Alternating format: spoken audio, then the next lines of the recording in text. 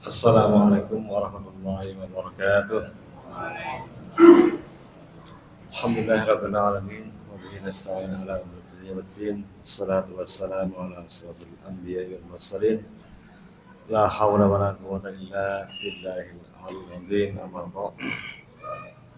Marilah kita panjatkan bersyukur kepada Allah Subhanahu wa taala atas iman nikmatnya kepada kita semua sehingga pada pagi hari ini kita bisa melakukan salat subuh berjamaah. Semoga salawat dan salam tetap terlimpahkan kepada Nabi besar Muhammad SAW. Bapak Ibu para jamaah, kita melanjutkan pembahasan kitab Minhajul Abidin ila Jannatil Rabbil Alamin karya Imam Al-Ghazali. Ini masih muqaddimah, jadi muqaddimah ini adalah kesimpulan umum dari kitab ini, sehingga ini harus dituntaskan pada pagi hari ini, membahas tentang empat tahap atau empat tonggakan kita menuju ke jalan ibadah. Sebelum kita membahas kitab ini, marilah kita membacakan doa Al-Fatihah kepada muallif, para pengarang kitab ini Al-Ghazali. Ala hadin wa la kulli niyatin Al-Fatihah.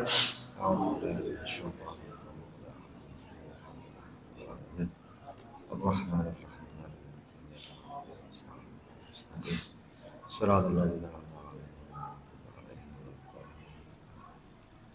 Bapak Ibu para jamaah, pembahasan ini cukup padat, cukup panjang karena membahas semua hal di dalam kitab ini yang berkait dengan tahapan-tahapan kita menuju pada jalan ibadah. Karena ibadah ini adalah jalan kita menuju surga. Bismillahirrahmanirrahim. Taqdim al-hidayah ila thariqil ibadah, petunjuk menuju jalan ibadah.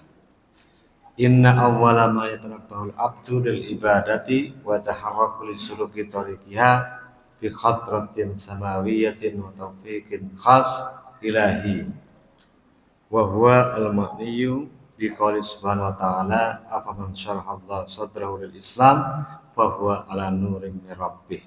Az-Zumar 22.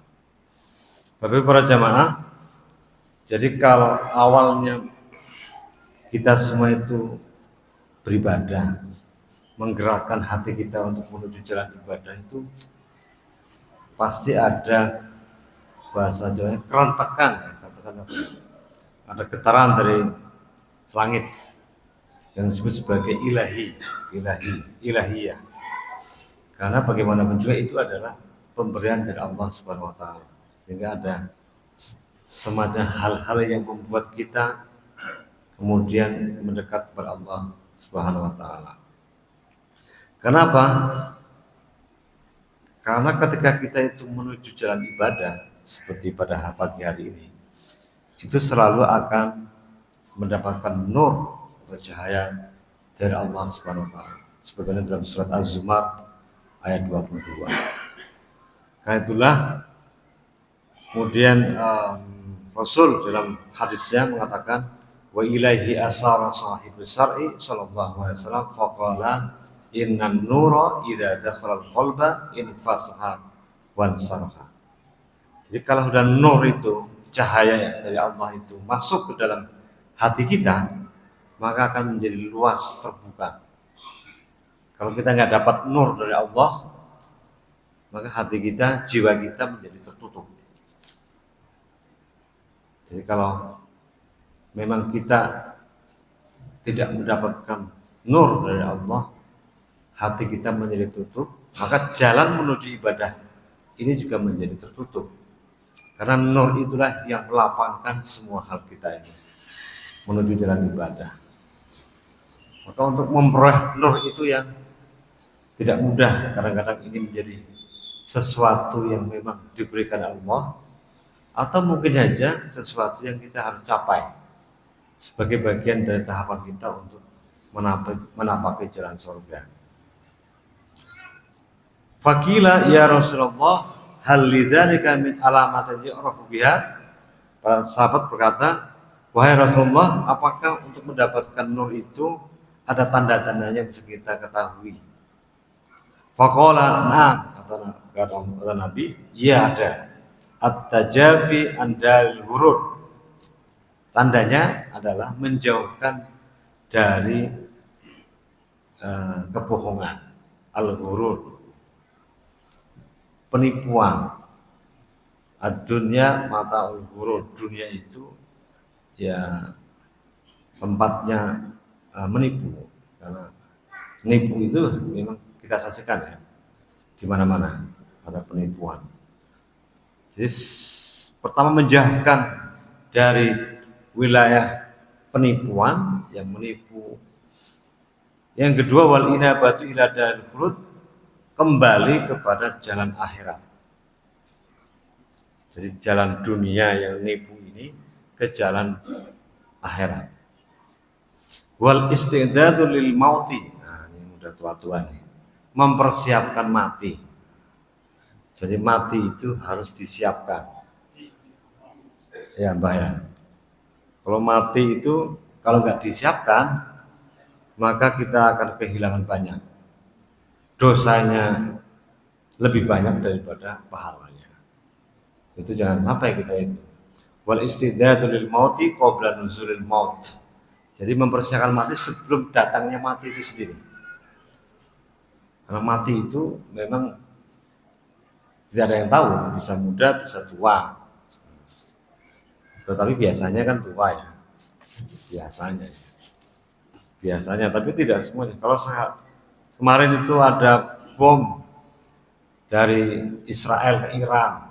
Itu kan sampai ke sekolah-sekolah di sana ada yang meninggal berapa puluh orang, itu kan mati juga anak-anak muda, para pelajar dibom oleh Israel semalam itu.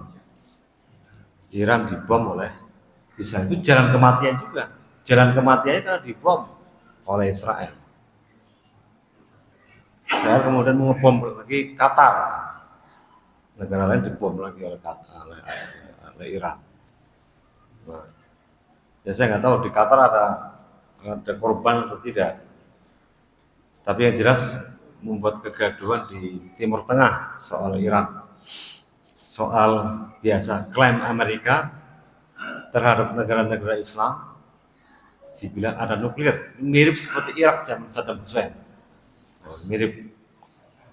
Kenapa Donald Trump itu ingin melucuti nuklirnya Iran? Karena Iran itu mensuplai minyaknya Cina. Sama seperti di Greenland, di Denmark mau dianeksasi oleh Donald Trump karena di situ ada minyak yang memang menjadi perhatian dari Cina dan Rusia. Dunia ini memang semacam pertengkaran antara Amerika, Cina dan Rusia. Kita ini cuma penonton saja. Itu contoh kematian, ya, kematian. Bukan contoh kematian itu karena ada bom, karena ada tembakan dan sebagainya.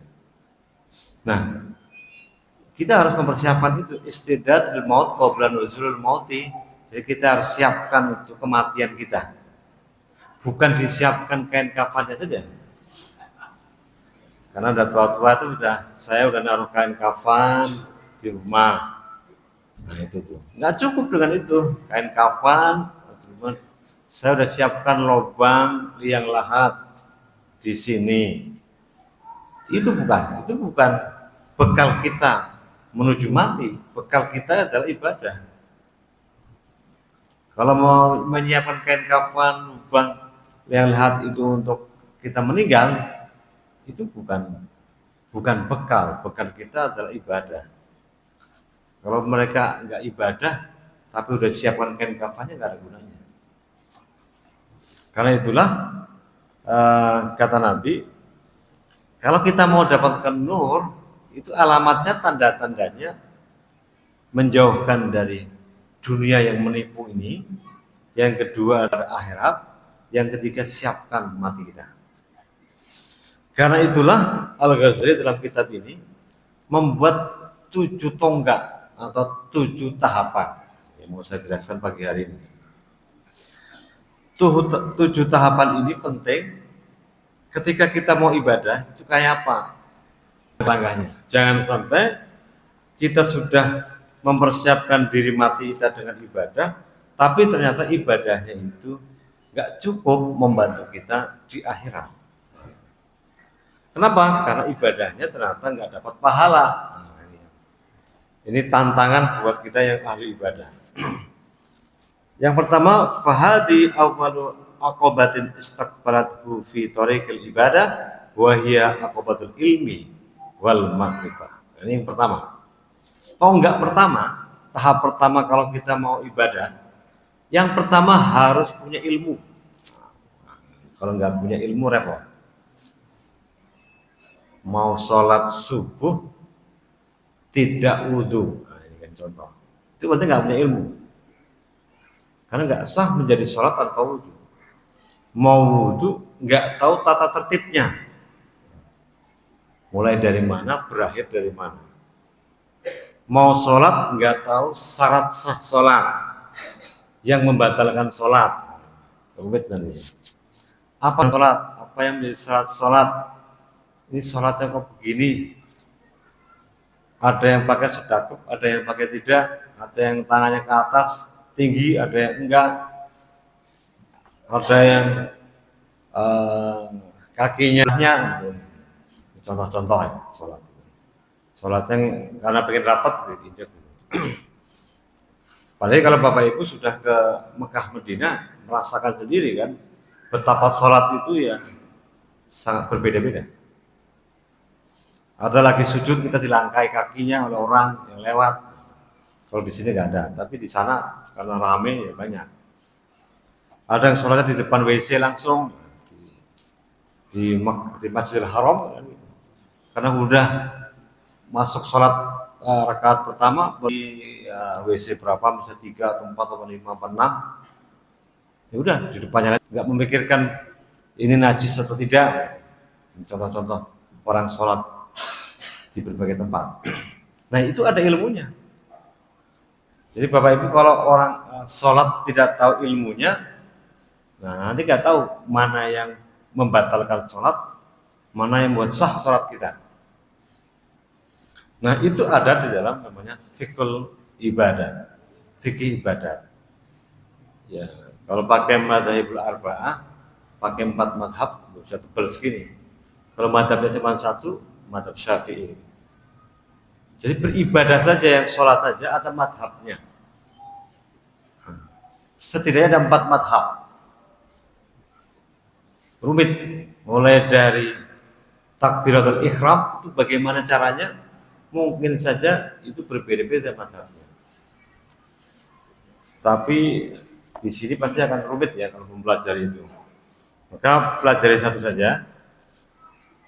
Dan pelajari mana yang membatalkan, mana yang membuat sah. Syarat sah itu penting. Kalau para ulama zaman dulu tidak membuat kategori itu, mana yang bisa membatalkan, itu membuat kita akan sulit beribadah. Tapi karena para ulama tahu persis membeda-bedakannya, maka kita bisa tahu, oh itu sunnah, oh ini wajib. Jadi tidak semua amal ibadah kita itu sunnah semua, enggak. Jangan kita berpatokan pada ini sunnah, ini sunnah. Tapi kita harus tahu ini yang wajib, ini yang sunnah, ini yang makruh, ini yang mubah. Sehingga kita bisa tahu, oh ini masih bisa, oh ini enggak terlalu keras. Kalau semua amal ibadah kita ukuran cuma 1 sunnah, enggak ada yang lain, itu hidup kita enggak akan tenang. Sibuk memikirkan diri sendiri salah atau benar. Maka para ulama mengkategorisasi itu, oh ini yang wajib nggak boleh ditinggalkan, ini yang syarat nggak boleh ditinggalkan, oh ini yang sunnah bolehlah, ini yang mubah. Bagaimana kalau lehernya gatal misalnya gitu, itu boleh kan digaruk-garuk misalnya gitu, garuknya berapa kali. Kalau semuanya diukur dengan sunnah, oh ini sunnah, ini sunnah, hidup kita nggak akan tenang karena mikirin salah dan benar. Padahal dalam fikih itu, dalam ibadah itu, bisa saja yang kita anggap benar itu tidak benar, yang kita anggap salah menjadi benar, bisa saja. Karena fikih itu artinya pemahaman. Fikih itu pemahaman para ulama tentang dalil-dalil yang ada. Nah, ibadah yang kita lakukan ini sholat taraweh, misalnya sholat taraweh. Taraweh itu ada kan di zaman Nabi. Apakah Nabi Muhammad sholat taraweh itu 1 bulan Ramadan? Itu sunnahnya Nabi atau sunnahnya atau Umar bin Khattab? Pada zaman Abu Bakar tidak ada. Rakaatnya berapa? 8, 20. Di Arab Saudi sekarang 10 malah. 8, 10. Dulu mungkin 30-an. Rakaat saja kita berbeda pendapat. Nah itu gunanya mengetahui kalau ibadah itu ada ilmunya. Kalau nggak ada ilmunya, nanti kita bertengkar. Tapi kalau punya ilmunya, insya Allah tidak bertengkar. Tidak sibuk menyatakan orang lain ibadahnya salah. Liyakuna minal amri ala basiratin fayakhudha fi qat'iha min ghairi buddin bi husni nadhari fid dalail wa wufurit ta'ammuli wa ta'allum was-su'ali min ulama'il akhirah alladzina hum adila'ut thariq. Nah ini. Karena ini sudah ada pendapat-pendapatnya dari para ulama. Jadi kita tinggal ngambil saja. Karena kita ilmunya nggak cukup, tinggal ambil saja pendapat ulama. Pegang ulama itulah yang cukup membuat kita ibadah kita itu menjadi benar. Dibanding kita belajar sendiri di Google. Coba membaca teks-teks tertentu di Google. Kalau kita nggak tahu bahasa Arab, bisa yang ditemukan pertama kali itu yang benar. Padahal itu belum tentu benar. Itu. Jadi kita misalnya mau bacaan ini ya, lihat di Google. Pertanyaannya, yang muncul pertama kali itu. Bisa jadi yang muncul pertama itu yang teks yang salah. Karena semua orang itu memasukkan teks itu ke dalam Google. Kalau tanpa ada ilmunya. Karena di dalam melacak di Google kita harus tahu bahasa Arab. Kalau nggak ngerti bahasa Arab, nggak tahu mana yang benar mana yang salah. Nah itu. Ila yaqtaha bi taufiqillah subhanahu wa ta'ala fayahsulalahu al-ilmu wal yaqinu bil ghaib wa huwa anna lahu ilahan wahidan la syarikalah walladzi khalaqahu wa ama alaihi bi kulli hadin nu'am. Jadi di samping kita punya ilmu, nanti kita akan tahu oh ini ada Tuhan yaitu Allah Subhanahu wa taala yang Maha Satu, tidak ada tandingannya, sehingga kita bisa ada ilmu dalam beribadah, ada juga aspek mengimani Allah Subhanahu wa taala. Wal iqbali alal ibadati li hadas sayyid al-mun'im alladzi talabahu fawajadahu wa arahu ba'da ma jahilahu. Nanti ujungnya adalah ma yalzamuhu minal faraidi as-sar'iyyati zahiran wa batinan. Itu tentang ibadah, aqobatu thariqil ibadah. Jadi ilmu dan makrifat. Ilmu pertama, yang kedua makrifat kepada Allah Subhanahu wa taala. Punya ilmu dan makrifat. Jadi jelas kita beribadah punya ilmunya dan juga kita beriman kepada Allah dan tahu bahwa Allah itulah Tuhan kita semuanya. Falamma istakmala al-ilma wal ma'rifata bil faraidi in ba'asa liyakhudha fil ibadati wa yastaghil biha fanadhara faida wa sahibu jinayatin wa dhunubin wa hadha hal aksari minan nas fayaqul kaifa uqbilu alal ibadati wa ana musirrun alal maksiyati mutalakhid biha fayajibu awalan an atuba ilaihi. Nah, ini pertanyaannya. Kondisi kita ibadah, tapi ibadahnya itu ternyata dalam diri kita itu, saya ini kan melakukan maksiat, saya ini kan dosa. Gimana ini? Ibadah, udah iman kepada Allah, tapi masih ada dosa yang kita lakukan, ada maksiat yang kita lakukan. Ini kan umum ya, karena manusia itu kan maksiat. Maka dijawab, fayajibu awalan an atuba ilaihi, wajib bertobat kepada Allah Subhanahu wa taala. Liyaghfirli dzunubi wa yukhallisani min asriha. Jadi tobat itu untuk membersihkan dosa-dosa kita. Kalau Allah mengampuni dosa kita, sehingga kita bisa mendekat kepada Allah lebih jelas. Fa asluha lil khidmati wa bisatil qurbati. Fatastakbiruhu hahuna aqobatut taubah. Tahap ketika sudah punya ilmu, sudah ma'rifah kepada Allah, tahap berikutnya adalah tahap taubat. Jadi kalau sudah punya ilmu, punya iman, tapi enggak tobat, maka ibadahnya jalannya tidak lempeng. Tadi jalannya masih akan belok lagi, karena akan tadi itu kita ini manusia kan sudah ibadah, sholat 5 waktu, puasa, kan masih korupsi kan. Orang berangkat haji, jelas tuh lihat Ka'bah, pulang dari Ka'bah, tetap balik lagi. Itu manusia begitu kan. Saya lihat ya kita itu beribadah begini, tapi ketika sudah pulang dari masjid, balik lagi. Kira-kira balik lagi. Kalau yang udah tua-tua nggak kerja sih mending sedikit lah ya. Dosa-dosa kita yang muda-muda, yang ke kantor, ketemu orang, transaksi itu, itu lebih banyak dosanya dibanding yang tua-tua. Yang tua-tua paling ngobrol-ngobrol aja sedikit lah, ya Mbak ya, sedikit. Kalau yang muda-muda ini masih kantoran,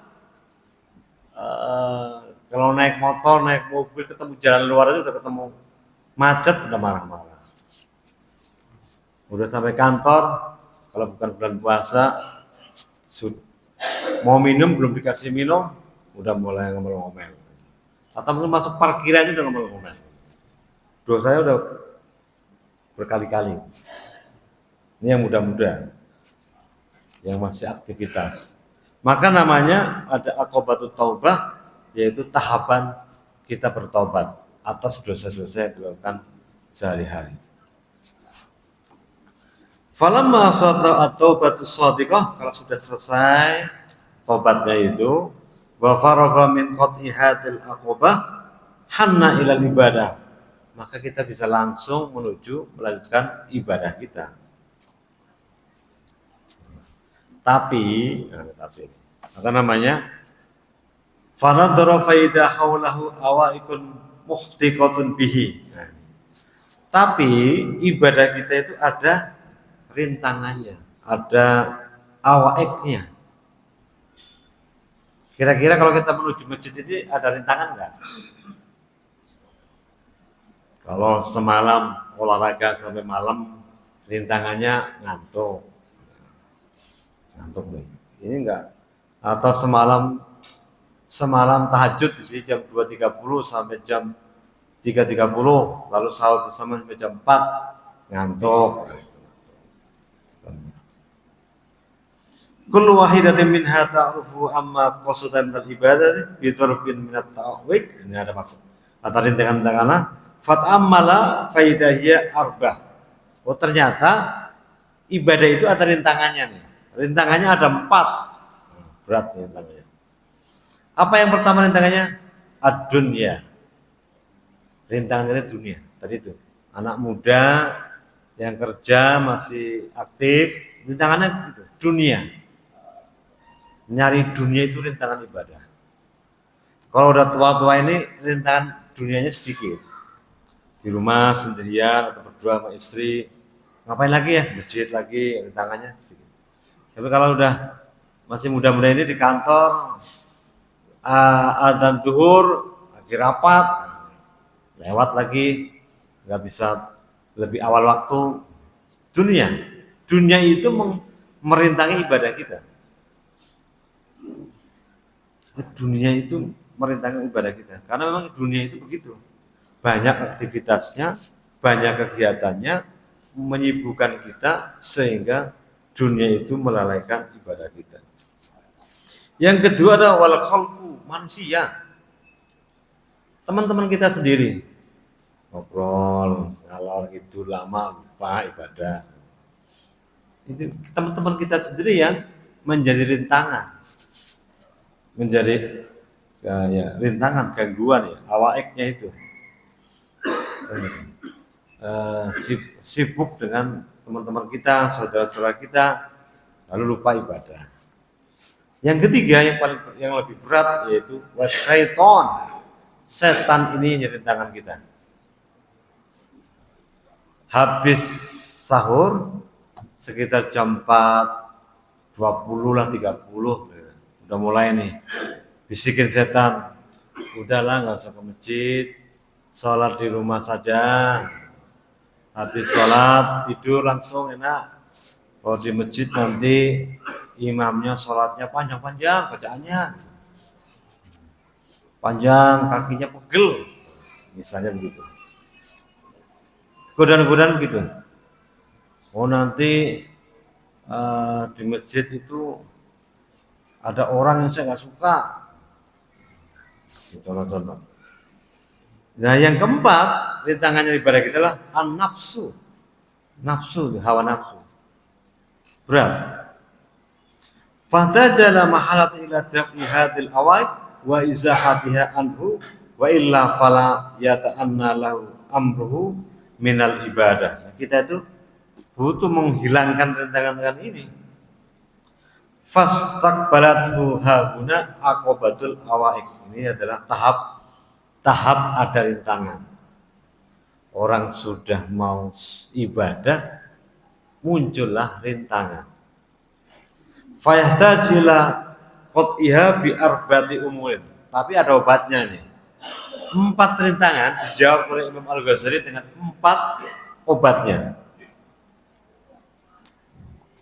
Ada 4. Untuk menghilangkan rintangan itu ada 4. Yang pertama adalah at-tajarrud anid dunya. Susah ini. Pak Haji Wahid susah. Kalau kita lepas dari dunia susah. Ya Pak Haji ya. Nanti anak istri nggak bisa makan. Lepas dari dunia. Nggak usah keluar nyari nafkah yang serius, susah ini. Kayaknya susah ini kita at-tajarrud anid dunya, melepaskan diri dari dunia susah. Karena masih butuh dunia, ada keseimbangan. Karena dalam doa kita kan, Rabbana atina fid dunya hasanah wa fil akhirati hasanah. Di dunia dan akhirat itu sama-sama baik.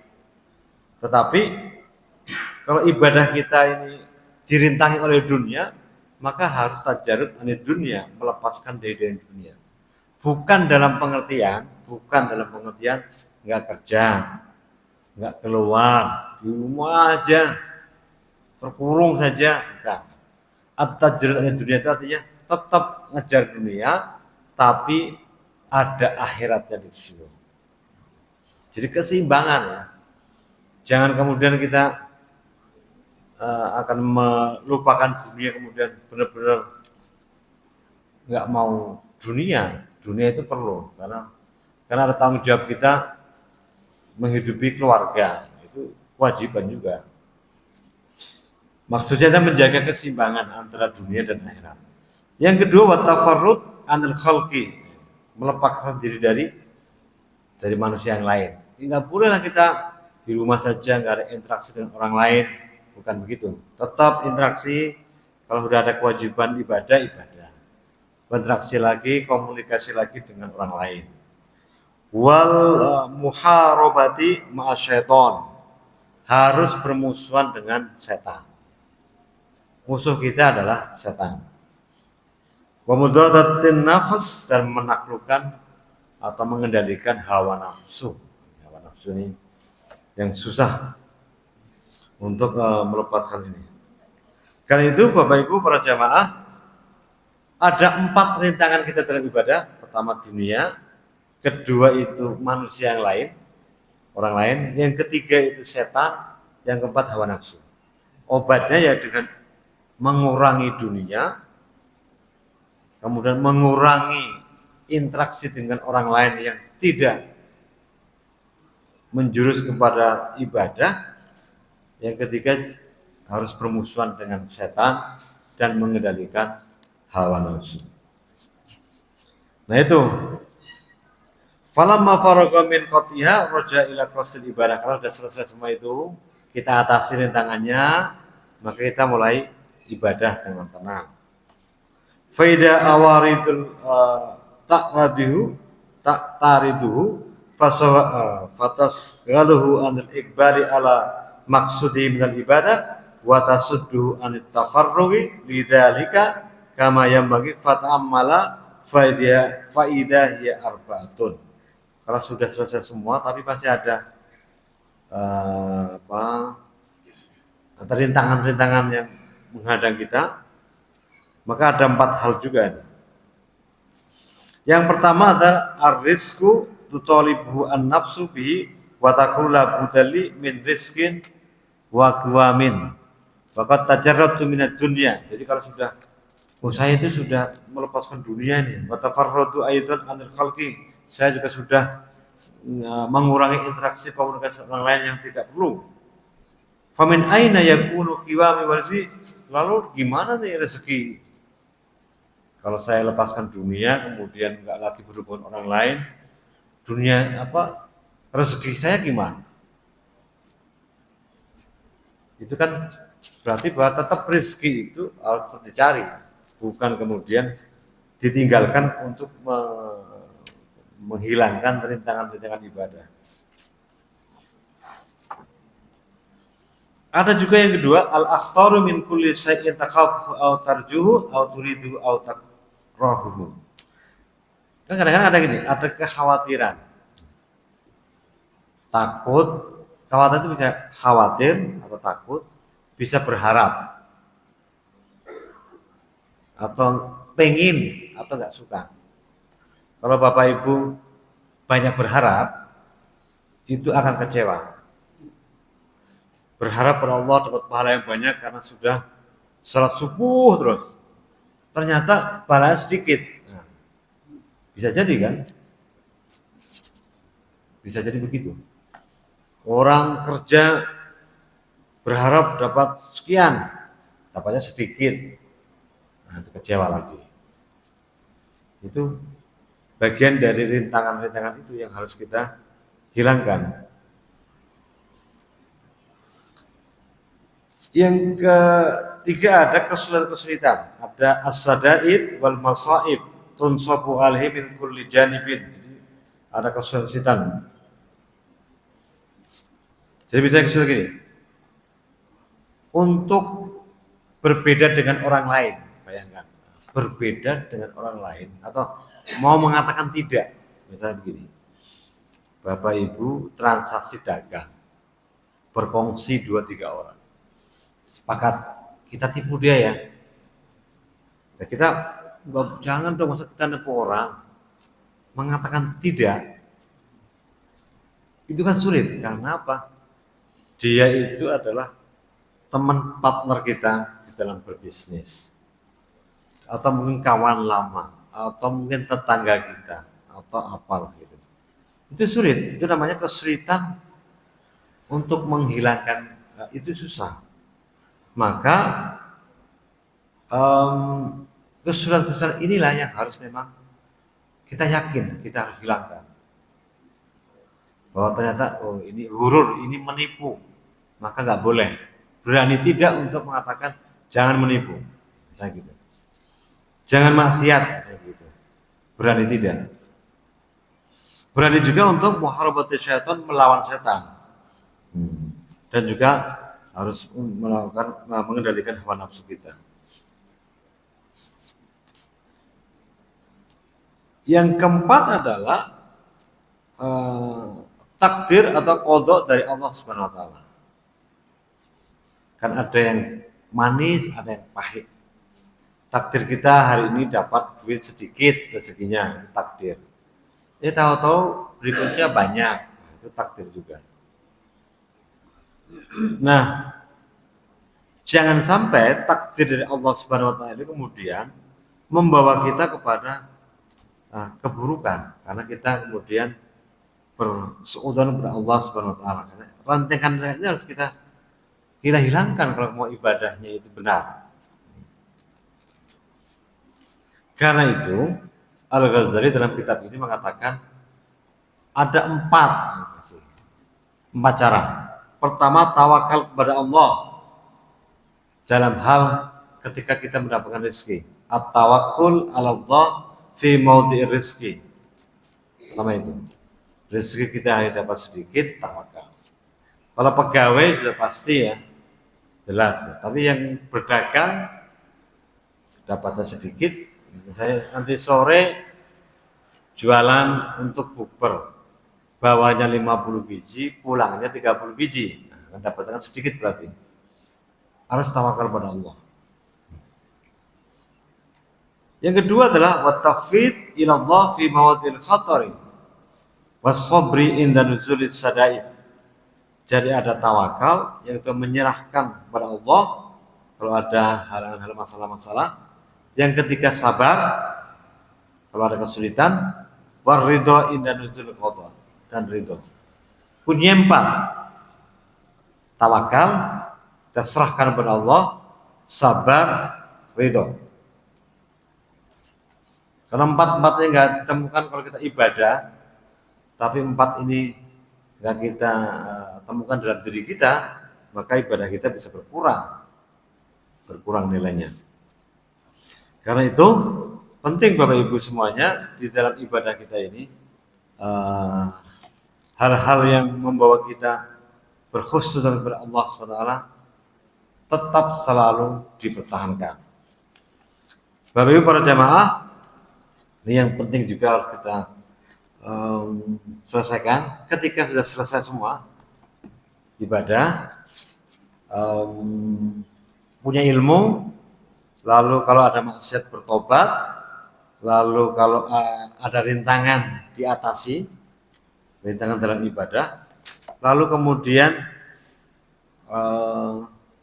enak nih, sudah ada ilmunya, sudah taubat, rintangan bisa kita atasi, tapi hati-hati, masih ada masalah, yaitu qawadih, atau namanya yang merusak ibadah. Hati-hati hal-hal yang merusak ibadah. Falamma faragha minha raja ila al-iqbali al-ibadah falam yara iqan wala saghilan wa wajada ba'isan wada'iyan fanasita fil ibadati faqamaha wa anaqaha bidami syauqi war rahbati fadamaha fanadara faida tabdu li hadhihi al-ibadah allati ihtamala fiha kulla dhalika afatani azimatani wa huma ar-riya wal ujub. Nah, ini yang berat di sini. Yang merusak ibadah kita itu 2, yaitu riya dan ujub.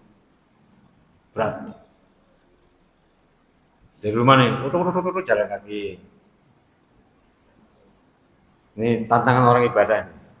Kalau yang nggak ibadah saya nggak ada yang pamerkan. Datang ke masjid, saya ini ahli ibadah. Loh kenapa? Saya kan datang duluan di masjid. Saya pulang terakhir di masjid. Zikir, sholat, zikir, baca Quran. Ketika kita di bulan puasa ini ibadah, zikir, baca Quran, sifat riyanya ada. Nah, ini yang merusak ibadah kita. Penyakit hati ini susah sekali. Susah sekali. Kita keluar pintu rumah saja bisa muncul riya. Bisa muncul riya. Atau mungkin kita ditanya-tanya ini, bertanya-tanya, Ini orang kok nggak perlu ibadah, sibuk mikirin orang lain, sibuk mikirin ibadah orang lain. Kenapa? Karena penyakit hati ini akan terus membinasakan ibadah kita. Maka jangan percaya diri bahwa ibadah kita akan diterima Allah SWT kalau masih ada sikap-sikap riya. Bukan berarti saya bisa ya, bukan berarti. Saya juga mungkin atau mungkin banyak nggak bisa menghilangkan sifat riya dalam ibadah. Menghilangkan. Karena susah. Itu ada dalam diri Bapak Ibu semuanya. Saya nggak tahu. Ada dalam hati kita. Kita ngukur diri sendiri saja. Tadi dari rumah ke masjid ini, kira-kira ada riya atau enggak? Introspeksi di situ. Kira-kira ada enggak? Kalau enggak, alhamdulillah. Kalau ada, ya sudahlah, kita perbaiki besok. Nanti malam datang lagi sholat taraweh. Sholat isya, sholat taraweh, witir. Itu ada riya enggak? Misalnya saya ngarang-ngarang sholatnya yang 8 rakaat, ketika keluar dari barisan, udah selesai maksudnya, itu rasanya gimana? Terasakan saja diri kita ini. Rasanya biasa-biasa saja, berarti terhindar dari riya. Atau yang nunggu 20 rakaat. Nunggu 20 rakaat. Nunggu di belakang, di situ perasaan mereka itu apa? Saya nggak tahu. Ya, karena saya nunggu juga sih, tapi nggak 20 rakaat ya. Saya 10 rakaat sholatnya. Kadang-kadang 20, semalam 20, sekarang sebelumnya 10, sebelumnya lagi juga 4, ya, tergantung kondisinya saja sih. Jadi di situ kita cek hati kita sendiri. Ketika nunggu sambil minum kopi, sambil ngobrol itu, ada rasa nggak? Rasa riya itu. Saya ini keren nih, lebih banyak rakaatnya. Situ cuma 8 rakaat ya. Misalnya gitu. Ini susah. Susah ini menghentikannya. Soal tarawih saja membuat kita berpikir-pikir, benar nggak kita punya riya di situ? Benar nggak? Kalau benar, wah ini bisa merusak ibadah. Bisa merusak ibadah hanya 2 itu saja, riya dan ujub. Fastak balat huna akibatul qawadi fahtaja ila qatiyah bil ikhlas. Nah, oke, ini Al-Ghazali itu bagus sekali nih. Ini ada masalah, ada solusi. Kata Al-Ghazali, kalau menghentikan sikap riya dalam ibadah itu gampang. Perlu namanya fahtaja ila qatiyah bil ikhlas. Ibadah itu harus ikhlas.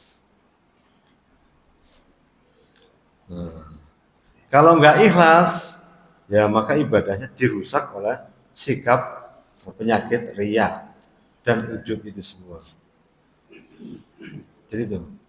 Jadi Bapak Ibu, menghilangkan riya dan ujub dalam ibadah itu hanya dengan ikhlas.